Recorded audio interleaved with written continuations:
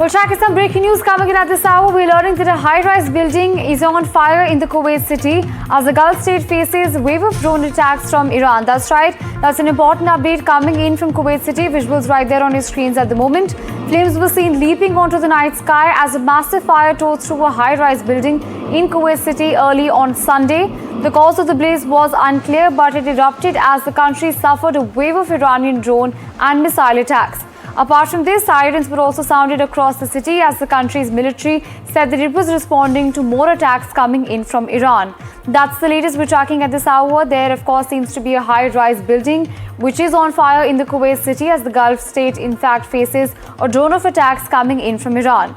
On this, we have my colleague Disha Bakshi joining us on the broadcast. Disha, walk us through the details. We're understanding that there seems to be a new wave of Iranian missiles that are hitting the Kuwait City.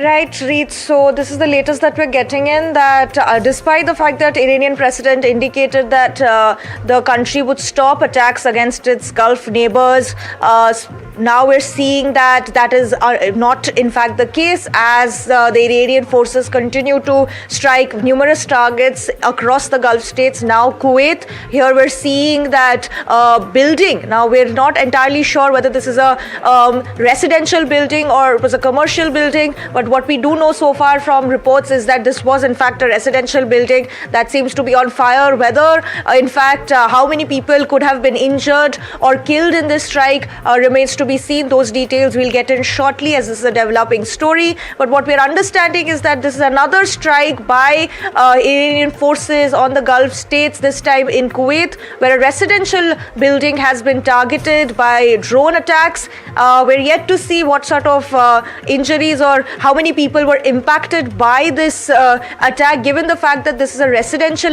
building in Kuwait that has been struck, really indicating that Iran is, despite the fact that the Iranian president indicated a de-escalation, that seems unlikely at this point.